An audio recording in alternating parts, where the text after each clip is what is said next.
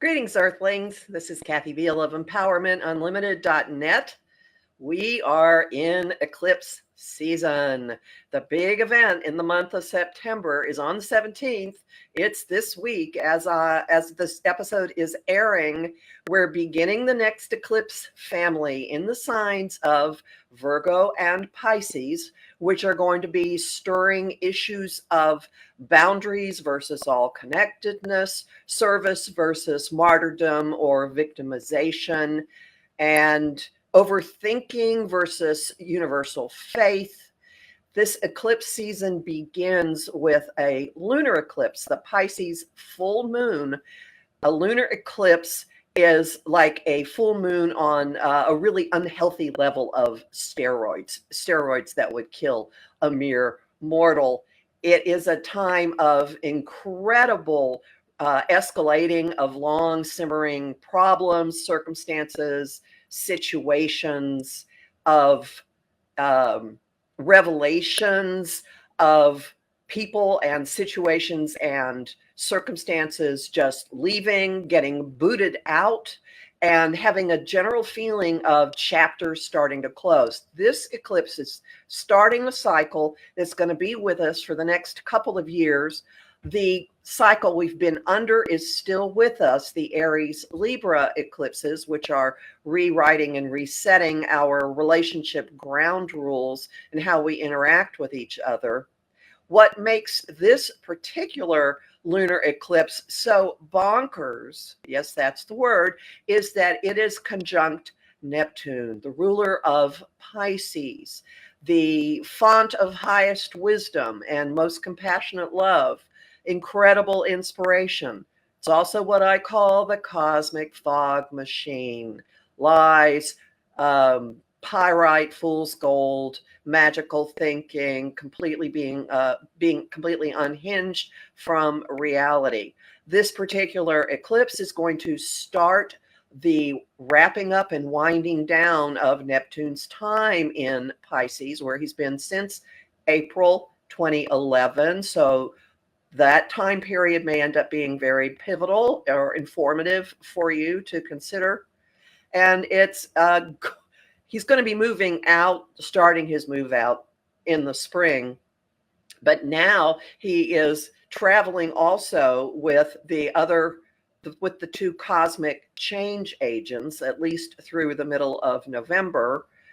Uranus, awakening, liberating, enlightening, disruptive, volatile, and also Pluto, the Lord of death and rebirth, the agent of unavoidable evolutionary level change and transformation. So we have opportunities to actually do a lot with whatever comes to light now, and there could be tremendous sludge coming up. We could see ways in which we've been fooling ourselves, in which we've been lied to, the whole fake news, who do you trust, who's telling you the truth, gaslighting, issues that have been so rampant lately will be a huge, huge feature of this. So don't necessarily believe everything you hear, always a good motto to keep. The sun's still in Virgo. Hang on to that. Hang on to the clarity. Hang on to discerning and protect your boundaries. Okay, enough of that. Oh, also, if you want more, if you want the full story, you can look for my September forecast and my forecast for the Pisces full moon lunar eclipse at omtimes.com and my site empowermentunlimited.net, or my YouTube channel, which is Professional Aquarian. Okay, now we're going to move into something that deals with the higher potentials of all this Neptunian energy with a wonderful guest. I'm very happy. This is someone I actually really know in real life very well. Jill M. Jackson. She is an internationally celebrated psychic medium and spiritual teacher. She's the recipient of the Psychic of the Year award 2 times in a row from Best American Psychics, to which we both belong, as well as its 2014 Social Activism Award for her volunteer work with animals. She and her husband, Mystic D. Francis, created and lead Mystic Journeys, a spiritual retreats company that takes light workers to portals, power chakra spots, and sacred places around the world. She's the author of Mississippi Medium, My Journey from Southern Baptist to Talking to the Dead, and the upcoming Children of the New Earth, and the new Manifesting Your Magic in the 5D, Going Beyond the Laws of Attraction, which is what we're going to be talking about. Hey, Jill. Hi, Kathy. Thank you so much for having me. I loved listening to your forecast. You know, it is truly one of those get your popcorn moments that we are in for sure. You know, I liken this energy to getting on a roller coaster after having 3 margaritas, you know, that it's just, it kind of feels that way to me. I haven't heard that description. I'll take it. I will quote you. I will quote you. And I'll happily have margaritas with you. Everyone, we really do actually know each other. We have been in the same place, sharing time space coordinates multiple times in New York and North Carolina, in Mississippi, where Jill has her center, actually, even in New Jersey, not horribly far from me. So we've known each other, I don't know, 12 years, maybe? Long time. Longer, yes.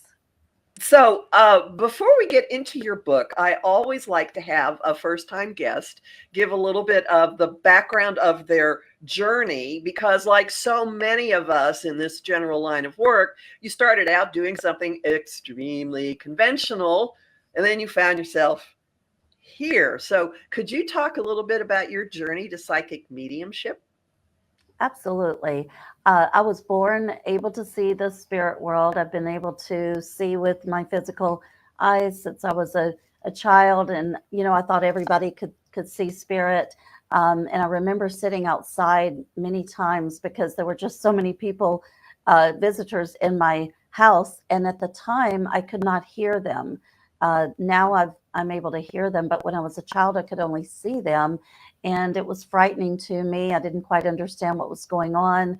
And when my grandmother passed away, I was 12 years old. And that's the first time I could hear a loved one in the other world. And she was floating above my bed. She told me that she is in a beautiful other world. And she just wanted to let me know that she was doing wonderful. But I tried to fit into, you know, the normal world. I love that you talked about in the opening about the mere mortals, Kathy, that I love that because, you know, I wanted to fit in. So I went to college and became a CPA and a money manager. I lived in Los Angeles, California, and I managed a lot of celebrities' finances and money. And I was in that world for quite some time. And, you know, I was using psychic and intuition with my clients and helping them make decisions. But I wasn't following my path, and I started getting very sick.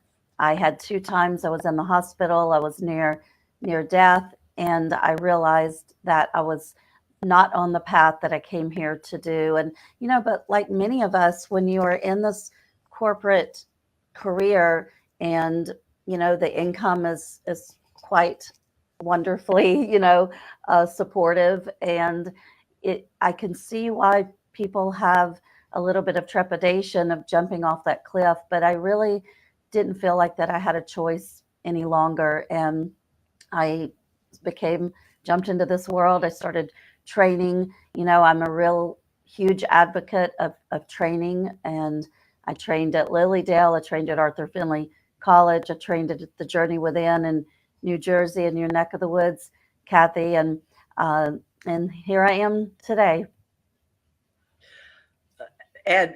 And kudos to you for making the jump. I had to be shoved. I also got really ill and didn't know how I was going to handle it, and I had to have my life blown up to be able to make the leap. So, congratulations yes. for doing that. But then again, that fits what I know of your chart. So, before we talk about your book, I'd like to define some basic concepts at the outset. This derives from, or it's just the starting point or the launching pad, is a phenomenon known as The Secret, which popularized the law of attraction in a book and in a film. And I recall having a very, very strong visceral reaction to the notion that you could look in a shop window at a necklace and stare at it long enough and desire it, and it would magically appear on your throat. Anyway, so you have been working with the aftermath of The Secret for quite some time. Yes. And I could not agree with you more, Kathy. You know, it's such a polarity because I have so much admiration for the original pioneers of the law of attraction movement and the original book, The Secret, which was published about 20 years ago, believe it or not, because they did create a level of excitement and having, you know, about 20 million people jumping on the bandwagon of understanding energy or starting to understand energy. But for me, and I've always been a master manifester, I've been really successful throughout my life, but I was using the tools from the law of attraction teachings to have a baby. And after 5 miscarriages, I went into a tremendous period of grief, but I also felt really like a failure. And in my book, I call it perceived manifestation failure, because I went through a time period of what did I do wrong, you know, wrong in using the law of attraction tools. And so after this period of grieving and dealing with my own anger and my own sadness, I decided to go on a quest and really delve into why this particular area that I wanted to manifest had not come to fruition. And after about a 3-year journey, I decided to go ahead and start writing the book to help other people, because I finally came to a level of understanding of why that had not come to fruition for me. And this book was the precursor to the current book, correct? Yes, the original book was titled The Secrets of the Secret, and I decided to republish the book under a different name, a different cover, and I added a little bit more material to the new book. And in about a month, the companion workbook journal will be coming out as well. That will give people prompts and journal prompts, and they will have a space to be able to write in their workbook journal. Oh, that's good to know. Now that also reminds me. All right, so the difference between the books leads to the other term I'd like to, or concept I'd like to define before we get into talking about your book. And that's the notion of 5D. What is 5D? Great question. You know, for so many years, spiritual teachers were teaching 5D being a place, a level, you know, going up, like going up into the heavens to reach this fifth dimensional space. And in reality, it is a state of mind. In reality, it's accessing another dimension while you're still occupying the same physical space.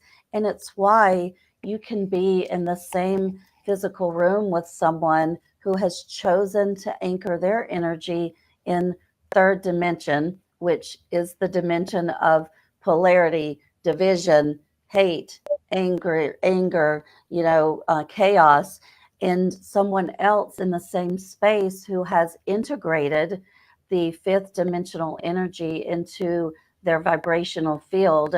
And the fifth dimensional energy is unity, unconditional love, divinity, sovereignty, joy, these types of higher vibrational energies and frequencies.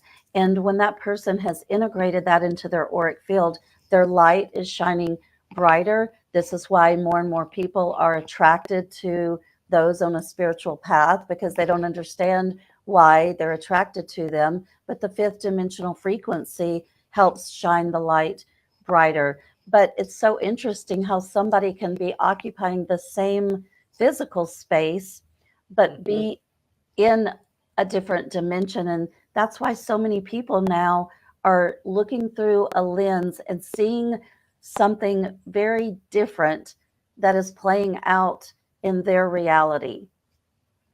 I found myself saying a lot about or commenting on certain mind-blowing interpretations that I come across as this is evidence of two realities masquerading as one. 100%. And Yep. haven't you noticed too that it seems to be more and more prevalent? Oh yeah. Oh yeah. It's been quickening since I can tell you the date it started. July 21st, 2024. The quickening just like something hit the gas. And I can tell you there was an astrological reason for it, but you noticed it, right? I noticed it, Kathy. I even talked about it on my YouTube channel being in the month of July. And, I'm not an astrologer. So I'm so happy to know that there was an astrological event.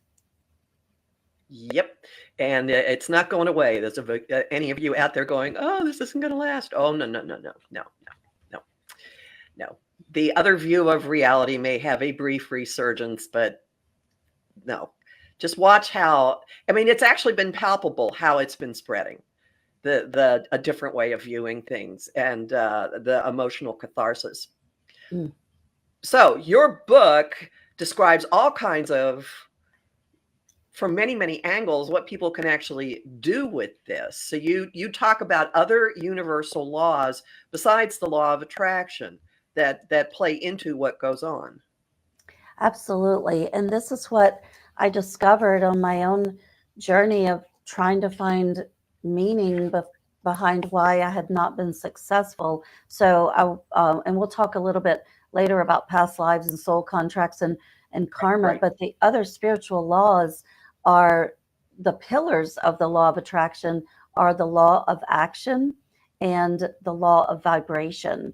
Because just like you said, standing there and looking at a necklace in a window and wanting it to be on your neck is just one aspect of the way to manifest. There's action that we must take to start bringing this energy in, and creating that action brings in the spiritual law of vibration, which actually creates the energetic signature to start creating the foundation for the law of attraction to actually manifest and be successful. And one thing I have noticed is that if you keep going after something and you're being told no, no, no, that this could be a signal that your vibrational frequency isn't matching where you're looking for what you think you want. Would that be a true statement?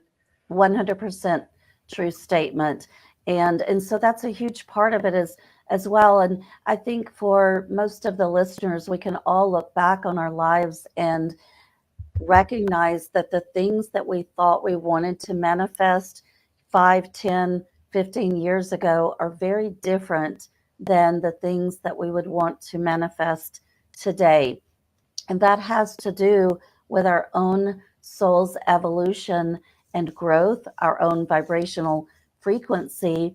And if we are wanting to manifest, let's say, a soulmate into our lives, the resonance and the vibration needs to be a similar match. And so for those people who have not done their own spiritual shadow work and have not peeled those onion layers back and worked on their own wounds and their own pain bodies and worked on their vibrational frequency, then the law of resonance means that they are going to attract those who are vibrating at a lower frequency as well. And so energetically, if you're wanting to bring in and manifest your soulmate who is a high vibrational spiritual person, then let's first work on our own vibration and allow the universe to bring in the rest. Now you have some laws that you discuss that are not self-evident. They aren't ones that I think most readers are going to go, well, of course. Yeah. Faith. Yes. So that is an interesting one. And as a recovering control freak, this has been this has been one that has been really beneficial for me. And another tool that the law of attraction in the original secret taught is just focusing on what we're wanting almost obsessively, every day, putting the little sticky notes all around. And what I have uncovered and discovered is when we are wanting to manifest something and we create our mantras, we create our vision board, we do the other spiritual laws that go along with it, we work on ourselves, then the spiritual law of faith comes in where we sit back and we allow the law of attraction to bring those items in as long as they are in correlation with our original soul's blueprint. And that is another area that I would, want to talk about today as well, because that's just a huge piece to the puzzle. So, all right. Well, why don't you hold on before we get to that? There's Yeah. the law of divine oneness. That one kind of like I went, what? Yes. Okay. So the original law of attraction, and again, I have a lot of reverence and respect for this work. I mean, it got 20 million people on their journey and their path. So, but it's time. Humanity's consciousness has elevated, and it's time now to start manifesting on a level of unity. And when we think about the areas that we are wanting to manifest, think about if everybody on the planet wanted to manifest a Ferrari. How boring would this life in this planet be if everybody's driving around with a red Ferrari? I mean, it makes no sense when you really sit back and think about it. So if we can think about manifesting not only for our own individual wants and desires, but while we're manifesting, if we can get into a divine oneness, a unity frequency, and allow that to be a ripple effect to manifest out for humanity's collective consciousness as well, because quantum physics has proven that everything is energy. So why not take the law of attraction and our own manifesting and use that as a ripple effect to begin raising the consciousness level of humanity and anchoring in the understanding that we are all connected. And that brings in the spiritual law of oneness. That's a great explanation. Thank you. So you talk a lot. You have a whole look at past lives and soul contracts. So how in the world does that fit in with the 5D and how you make things happen? Yes, absolutely. Before we incarnate, we meet with our spirit guides and we decide what we want to experience in this lifetime. It's when we create I prefer to call them soul growth opportunities rather than lessons. And we decide who we're going to meet, different soulmates, different relationships. And it's written in what my guides have shown me, a type of blueprint. But the really cool thing is with a blueprint, it's just like an architect building a house and they design the blueprint. You can change that blueprint over time. You can, take a wall out, you can add a new room in, and our soul contracts and blueprints are designed the same way. But when we first incarnate, our spirit guides have our blueprint and they are working along with us. And when we start manifesting, if we are attempting to manifest something that we did not write into our original soul's plan, then 99.9% of the time we will not be successful in manifesting that. And for myself, I wrote it in my soul's blueprint that I was not going to be a biological mother in this lifetime. I have had that in many other lifetimes. And it wasn't, it was karma, but it was my own soul choosing to balance from past lives. And I chose to be a stepmother. I chose to be a mother to furry animals and furry babies. But I did not remember that. My consciousness had not remembered that being part of my original blueprint. Well, when you're living in a conventional life, it's really easy just to go down the little conveyor belts. Absolutely. And also the Absolutely. fact that you did this makes it easier for you to explain it to people and to teach it because you understand what people are going through. Yes. There's also the whole notion of uncovering your path and purpose. And we're going to just, well, actually, before we talk about that, let's take our break. So everyone hang out. We'll be back in just a minute to continue talking about how you can adapt these laws into manifesting in the 5D. Welcome back to Celestial Compass. We're talking to Jill M. Jackson, author of Manifesting Your Magic in the 5D. And right before the break, I started to touch on the notion of uncovering your soul's purpose and path. How does that fit in with this? It fits in so many ways. Until we understand our soul's blueprint and our life purpose and our mission, it's really challenging to properly manifest. Because again, if we are spending all of our life force energy manifesting something that we did not come here to accomplish in this lifetime, we are, literally wasting a lot of time and our life force energy. So I encourage people to find their blueprint. So how do we do that? Well, one way is through astrology. I love how you prepare charts for babies and children. It's the original part of the blueprint, right? I mean, it's one of the big keys. So that is one way to do it. It's one tool that we have. And then another one is the life path number.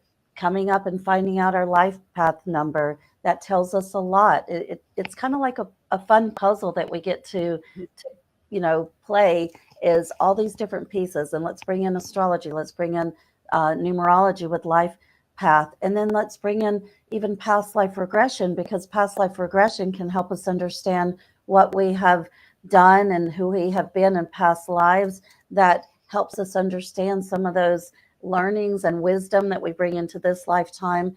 And then studying intuitive development. It's one of my passions. I feel that everybody on the planet will benefit from learning to tap into their intuition. And I have an online school. I teach people intuitive development, and I also teach shadow work, because part of the shadow work, again, is uncovering those areas in our subconscious from wounds of past lives, wounds from our childhood that are creating triggers, and they're creating a murky energy that prevent us from being able to have more clarity on our entire blueprint and our life purpose. So weaving all of those areas together. And then when we raise our vibrational frequency and integrate fifth dimension into our auric field, then, like I said, it helps us connect to that collective wisdom easier. It helps us connect to the quantum field, and the magic from there begins to manifest.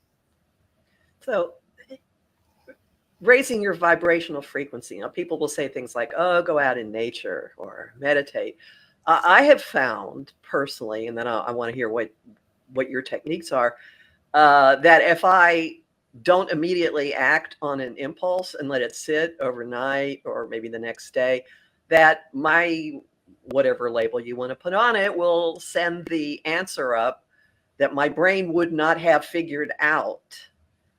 sometimes very, very surprisingly. So what, I mean, there are specific things people can do.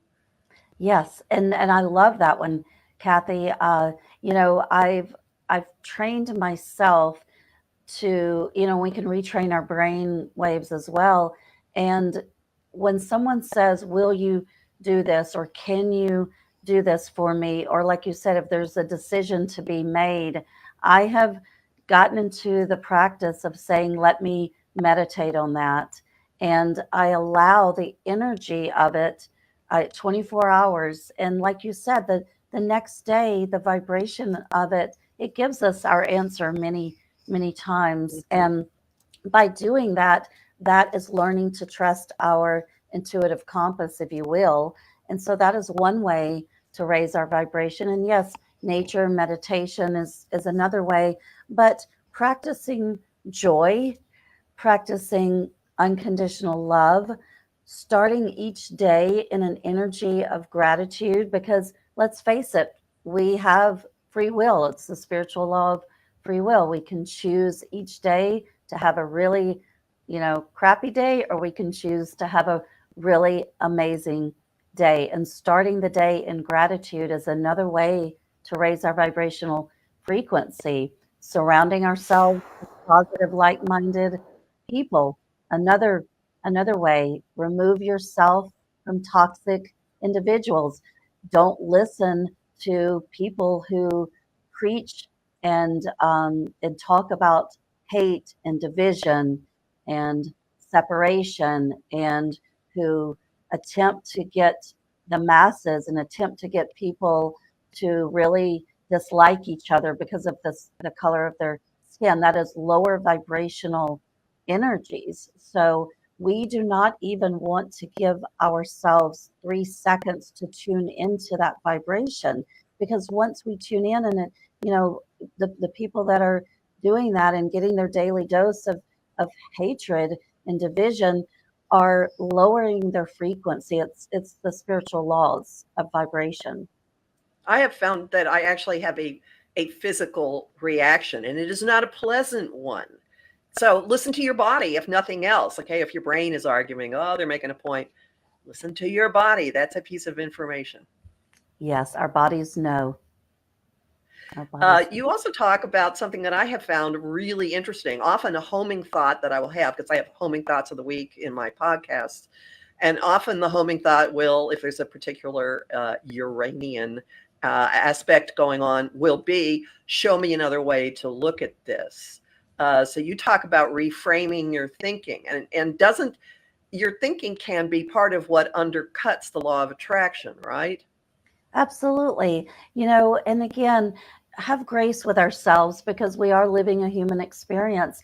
But if we can consciously pay attention to our words and maybe find a spiritual buddy who you trust, and if that person hears you using negative words such as shoulda, coulda, woulda, I can't, I never, this, you know, those are lower vibrational words.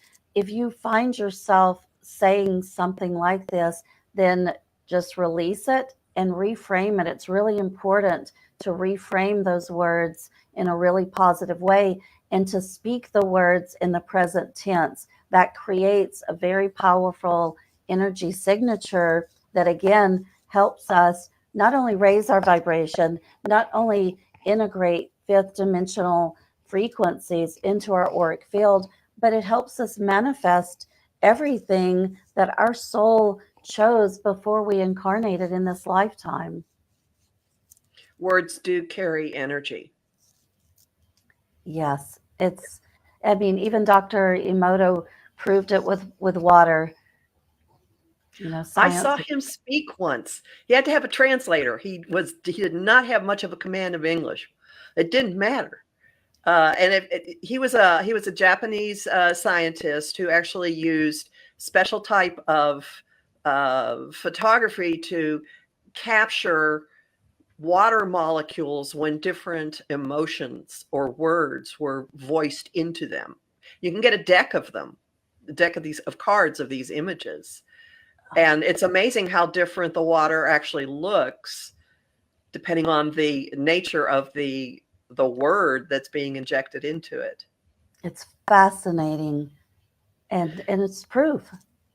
And if you think about it, how much of your body is water, right? So if you're saying, "Oh, I'm stupid," I mean, I really take issue with people who put labels on themselves when they do something that they regret. There are other ways you can phrase it than "I'm stupid." Absolutely. That is not helpful. No, no. There are other ways to do this. Oh, you also talk about the difference between, and I have been working with this since I read it, the difference between "I'm sorry" and "I apologize." Can you elaborate on that? Yes, and this is one I really am consciously aware of. And every once in a while, I still will find myself saying it, and I stop mid sentence and then reframe it. I apologize, because think about the connotation of the word sorry. People will say that person's a sorry individual, or sorry is just a very negative, lower vibrational word, and we're not sorry. We are amazing co-creators of our reality. So if we use the word "I apologize," that has a completely different energetic signature to it. It has agency, for one thing. Mm, yes, yes, It's an action word, actually. That's another piece of it. yes. I Here, love let me that. give you more things here. Yes, I love it. I love it. All right. Now you also, oh no, this was fascinating. You have you talk about when you're deciding what it is you want to imagine for your life, actually mapping out alternative timelines. How does that work? This has been so fascinating because, again, when I talked about the soul's blueprint, then we do have the free will to decide to alter that soul contract, or amend a soul contract, or even close out a soul contract. And I teach this in my workshops. I teach people how to do this because it goes back to feeling empowered, feeling like we are co-creators in our reality. But it's my belief, and I have been able to kind of successfully prove this, if you will, that we all have separate, different timelines that we can choose. For instance, let's say that you are feeling intuitively that it's time for you to make a move, okay? And you are living in a certain city, and you start tuning into and researching, and that's the spiritual law of action. You're researching different cities. You're putting that into, you're going on the internet. Let me talk about people that I know who have lived there. Let me get their feedback. Let me read some forums. That's the spiritual law of action. And let's say that you have it narrowed down to 2 cities, and you just simply, cannot make up your mind. Well, part of learning intuitive development is bringing yourself to that timeline as if it has already happened. Because in the higher dimensions, we don't have the same time space continuum that we have in the third dimension. So when we can take our energy to the quantum field, which is the field of infinite potential, and we can, like you said, our physical bodies know, and we take ourselves to the timeline of, let's say, moving to San Francisco, and we bring ourselves there, and we allow that to play out, and we give that maybe a few days, and we go within our body. How does that feel? And then we do the same thing with, let's say we're thinking about moving to New York, and we bring ourselves there. We see how we feel in our physical bodies.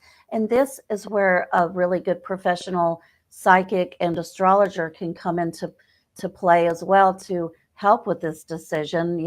Your astrologer can look at the astrotopography lines. I never pronounced that correctly. You'll have to help me with that, Kathy. And look at your own astrology and help. And then the psychic can also tune into that timeline potential. Okay, as a psychic, I'm I'm going to energetically feel what that timeline feels like, and I'm going to energetically feel what this timeline feels like. And then that's the one that you're going to want to put your life force energy to and allow the other spiritual laws to help you manifest that reality. I'm thinking about it might be fun. I think it will be fun to play with this. I have some alternatives, and it's interesting as you did it, I was having physical reactions of "Ugh," to some of them, which it's data. That is data, Whoa. 100%. Well, Yes. another topic that plays into this, there are beings much younger than you and I who approach life very, very differently than we do. And this is something that you've been writing and talking about for pretty much as long as I've known you. The children of the new earth, is that the concept you have for them? Uh, these are post millennial, right? Ones that were born in this century at different times, or maybe some of them are the tail end of the last. But we see these beings are different. They're just different. The way they approach things, what they value, how they do things. So will you tell us more about that? Yes, absolutely. The ones who incarnated most recently, Spirit has termed them the Golden Ray children. And what I channeled is that they started arriving in 2014. And so here we are, many of them are 10 years old right now, and some of them are still incarnating. And they came in without any past lives on this planet. However, they have a tremendous amount of wisdom from living in other dimensions and higher dimensions, other star systems, other planets. And their soul agreed to incarnate on our planet to help Mother Earth. It's interesting because these particular children, their soul's mission was not to help individuals. Whereas when you look at the crystal children and even the rainbow children, their mission is to help humans, to help humanity. And it's why a lot of indigos ended up giving birth to crystal and rainbow children. And many crystal and rainbow children chose parents who were not enlightened or awakened at all. And their purpose and mission was to help them awaken and remember their own truths. But the Golden Ray children are here to help energetically with the raising of the consciousness of Gaia, of Mother Earth. Let's back up just a tiny bit. I imagine that you've just used a few terms that some people aren't familiar with. Many of us have heard of the concept of indigo children, and that was in the 90s, right? When they started coming in. Yes. And Oh, no, it was the 60s, actually. the 60s. 60s are indigo children. Yes. Interesting, because in the 60s, there was an astrological signature for change agents Mhm. that fused into some people's personalities. And a couple of them are really big on the collective scene right now. Like the time has come for them to start implementing doing things differently. So could you go indigos in your, could you just go through them all briefly to explain for people? Yes. So indigos, and I love that that goes back to astrology. Everything goes back to astrology, doesn't it, Kathy? It all Uh, there's a connection everywhere. Yes, absolutely. But if you think about indigos, and when I talk about the time frames of when they're incarnating, nothing is absolute, right? So you can have an indigo who may have been born in the 50s, but traditionally they started arriving in the 60s. And their energy, and I love how you talk about them being change agents because they have, and I don't want to call it aggression, but it's a very assertive energy. It's a kind of energy of, I'm going to be really loud, and I'm going to make change in using my voice and making a difference. They're the ones who have done so much for us in helping the collective start evolving from the old paradigm and the old ways of thinking. And then from the indigos, and I'm an adult indigo, and I have some of that energy where, and again, it's more of an aggressive, if you will. That's really not the right term, but that kind of energy. And then you have the crystal children who began incarnating, and kind of the time frame for the crystal children were the 80s and the 90s. They started arriving in those decades, and they have a softer energy. If you think about quartz crystal, it is so beautiful and pure, yet it has an energy to amplify as well. And so the crystal children came in to, again, assist other people and help them understand in a softer way. And then you have the rainbow children who started coming in and incarnating after the crystal children, and they have the frequency colors of the rainbow. And that's when more of the movement came in with the LBGTQ movements as well, where there was more of an expression of masculine and feminine, and how that can really, morph together, and how all of that is beautiful. And so they have that energy in their auric field. So part of their purpose was to help us understand, yin and yang, if you will, masculine and feminine. And then after the rainbow children, we have the diamond ray children. Now, the diamond ray children have a lot of the characteristics as the golden ray children, but they are predominantly still having a blueprint of helping usually other children. They are the ones that are giving love to those children who have been bullied. They are the ones who are giving love to even special needs children. When you have a diamond ray child, you will notice that they notice those children who may be having a difficult time. And so but they also have not had, if any incarnations on this planet, maybe a few, but not many. And then you have the golden ray children. That was exhaustive. Thank you. I did not, honestly, before I read your book, I didn't realize there were all these lines of demarcation. I can certainly think of people I know who live this, children I know who fit all of it. Well, we have just a little bit of time left, and I want you, tell us what else you're doing, because you go on these magnificent trips. What else do you have going on? Yes, I just returned from Lily Dale, teaching in Lily Dale, and I'll be teaching in Lily Dale July of 2025 as well. And we just returned from our Sedona retreat, and that was amazing. 16 of us going on that retreat, and we are still working on the dates for 2025. But every year we lead a retreat to Sedona. We just returned from Stonehenge and Glastonbury, and that was amazing as well. So all of that information is on my website. And then the Children of the New Earth will be coming out soon. That book will be coming out soon. And that'll be elaborating on what we talked about here just a minute ago, right? Yes. And yes. You also have a physical center, and you do a lot of work online. So tell us about that.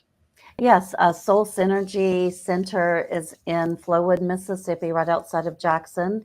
And we teach classes in person and have events. And then I have an online school as well. And on my website, JillMJackson.com, it just says Learn with Jill. I teach mediumship, I teach shadow work, I teach intuitive and psychic development as well. Um, that's all. And when people call, I do have people ask me, how can I learn? Is there a way I can do this online? I always send them to you. Thank you, 'Cause it's Kathy. like, Thank you that for would, that. yeah, And, absolutely. and Absolutely. is it okay if I show people my book as well? I think you should. Yes, Yes. please. Uh, So this is so her book. yes, this is the Manifesting Your Magic in the 5D. I'm super excited for this book as well. And it is available where? It is on Amazon, both with uh, Kindle and with the print version of the book. And you have a workbook coming out also. Yes, many people were asking me for a workbook because at the end of every chapter, I call it Invitation to Explore. And with everything that I taught in that chapter, I give each person an opportunity to go within. So it's kind of a teaching book as well. So people ask me for a workbook where they could just have a place to write their own journal prompts down and refer back to it from time to And that time. will also be at Amazon when Yes, it's, yeah. And if they get on your mailing list, they'll find out when it's available. absolutely. And it's on Barnes and Noble as well. Yes. And one last piece of information: you have a YouTube channel with monthly predictions, or when you're guided to say something, or how frequently? Yes, I definitely do monthly predictions. And then from time to time, I will go on and offer channelings. And then I have what's called the High Vibe Tribe. And that information is on my website as well. And it is a community of like minded, heart based light workers. And Kathy has been an amazing guest on that. Check that out as well. We have at least three live events each month. Well, thanks, Jill. It's really great to see you and to talk to you. And I'm excited that your book is out and you had a signing at Lilydale. Anyway, wonderful. Thank you, thank you, thank you. I wish you great, great, great success with it. And I'm curious to see Children of the New Earth when it comes out. Thank you, Kathy. Thank you for having me on your show. It's always a pleasure. And remember, everyone, regular forecasts, month, week, new and full moon at empowermentunlimited.net. The month and new and full moon ones are also at Home Times. Be safe. Talk to everybody soon. Bye now.